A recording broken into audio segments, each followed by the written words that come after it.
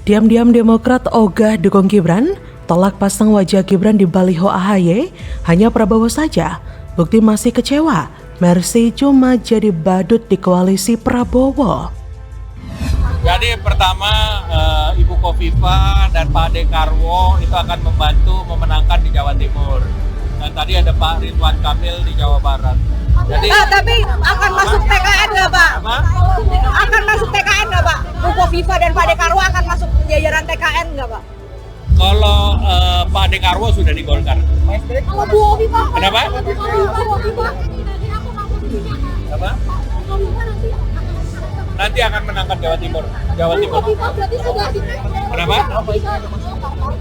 Kalau itu kan semua disusun berbasis sekjen-sekjen. Ketuanya kan masuk. Pak, untuk tim pemenangan apakah sudah terbentuk atau nanti justru Pak SBY yang ditunjuk jadi ketua tim pemenangan bahkan sudah bener aja senior anggaran. Pak Prabowo ini soal relawan yang Beliau senior itu aja. Halo, dengar suara JJ lagi di channel Redaksi Jurnal. Partai Demokrat mengungkap alasan tidak memasang wajah calon wakil presiden Gibran Rakabuming Raka pada baliho yang banyak tersebar di seluruh Indonesia. Mereka hanya memasang wajah Capres Prabowo Subianto saja. Deputi Bapilu DPP Demokrat Kamhar Lakumani menyebut partainya memiliki penilaian strategis tersendiri tidak memasang wajah Gibran pada baliho-baliho Demokrat dan AHY di sejumlah daerah. Kamhar memastikan bahwasanya baliho AHY bersama Prabowo sudah menegaskan posisi Demokrat di Pilpres 2024. Oleh sebab itu, Kamhar meminta polemik tidak adanya Gibran dalam baliho Demokrat dan AHY tidak dijadikan polemik yang berkepanjangan. Adanya kabar ini tentu pertanda ada yang tidak beres dengan koalisi yang mengusung Prabowo Gibran ini. Ada kemungkinan Demokrat tidak setuju dengan diangkatnya Gibran menjadi cawapres Prabowo. Makanya, Demokrat tak sudi memasang foto Gibran dan hanya memasang foto Prabowo saja. Ya, kalau saya di posisi Demokrat sih malas juga sama keterpilihan Gibran menjadi cawapres Prabowo yang terkesan dipaksakan.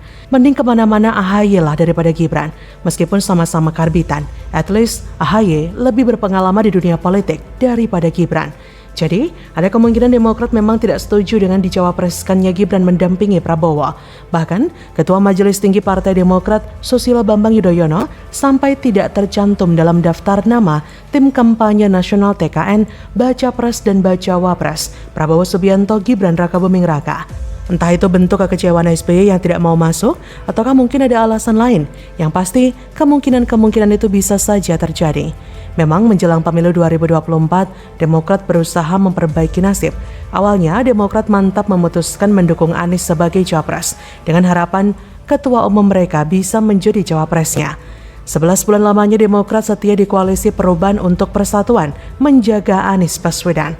Tapi seolah menjaga jodoh orang, Anies malah berpasangan dengan Muhaimin Iskandar dari PKB di detik-detik terakhir. Demokrat pun murka dan memutuskan hengkang dari KPP. Kini Demokrat menjadi bagian dari koalisi Indonesia Maju mendukung Prabowo jadi capres.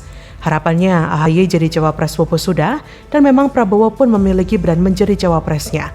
Bila Prabowo kalah lagi, nasib Demokrat akan seperti dulu, menjadi oposisi alias tidak dapat jatah menteri. Sepertinya kali ini Demokrat cukup yakin akan berada di pihak pemenang, tapi keyakinan ini harus dibuktikan 2024 nanti. Demokrat berusaha keras untuk sukses walaupun AHY tidak menjadi cawapres. Minimal Demokrat berada di pihak pemenang atau setidaknya mendapat raihan suara lebih baik dan tetap di parlemen.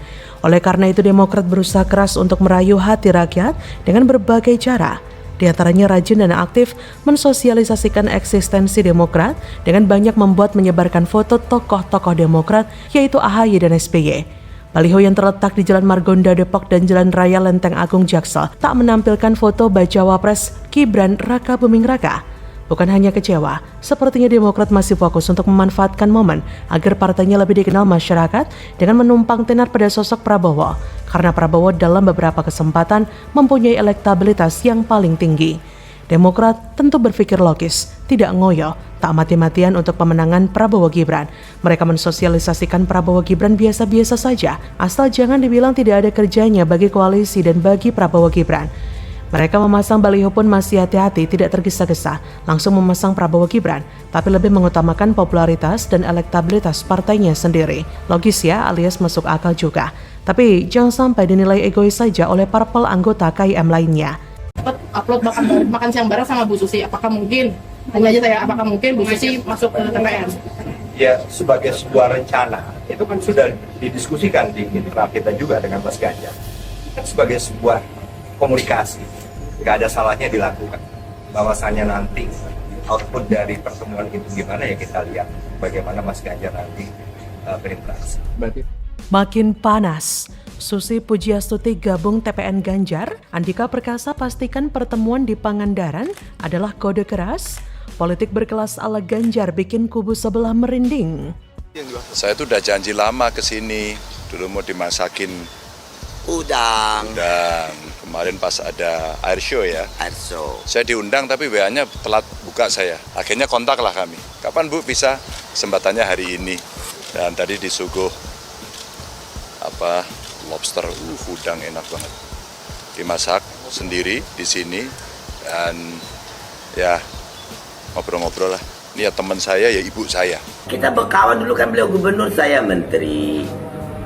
Salah satu tempat nelayan paling banyak kan Jawa Tengah. Masalah dengan cantrang juga paling besar dulu di Jawa Tengah. Jadi ya kita sering komunikasi. Halo, selamat datang di channel Redaksi Jurnal bersama JJ.